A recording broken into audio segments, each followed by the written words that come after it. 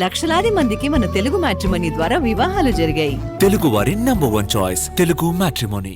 తిరుమల ఘాట్లో చిరుత సంచారం కలకలం రేపుతుంది. దీంతో అప్రమత్తమైన టీటీడీ భద్రతపై దృష్టి పెట్టింది. కొన్ని కీలక నిర్ణయాలు తీసుకుంది. తిరుమల ఘాట్లో చిరుతల సంచారం భక్తుల్ని హడలెత్తిస్తోంది. గతంలో చిరుత దాడిలో పసిప్రాణం గాలిలో కలిసిపోయింది. మరికొందరు గాయాలతో బయటపడ్డారు. అప్పటినుంచి టీటీడీ భక్తుల రక్షణ కోసం చర్యలు ప్రారంభించింది. తాజాగా మరోసారి చిరుత సంచారం కలకలం రేపింది. తిరుమల మొదటి ఘాట్ రోడ్లో వినాయక ఆలయం సమీపంలో క్రాష్ బ్యారియర్పై చిరుత కనిపించింది. గట్టు మీద వెళుతున్న చిరుతను కొందరు వాహనదారులు వీడియో తీశారు. దీనిపై సమాచారం అందుకున్న అధికారులు దానికోసం గాలింపు చర్యలు చేపట్టారు. ఇటు అలిపిరి మార్గంలో మెగాఫోన్తో భక్తులను గుంపులుగా పంపించారు.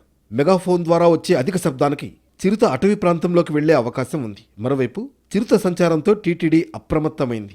నిపుణులతో సమావేశం నిర్వహించారు ఈవో శ్యామలరావు. అలిపిరి మెట్ల మార్గంలో భక్తుల భద్రతకు అదనపు సిబ్బందిని కేటాయించారు.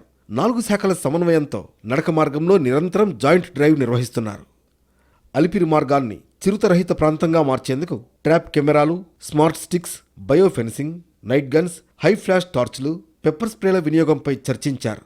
అలిపిరి మెట్ల మార్గంలో 2.5 కిలోమీటర్ల పొడవున ఉన్న 7వ మైలు నుంచి లక్ష్మీ నరసింహస్వామి ఆలయం వరకు పటిష్ట భద్రతపై దృష్టి పెట్టింది టీటీడీ.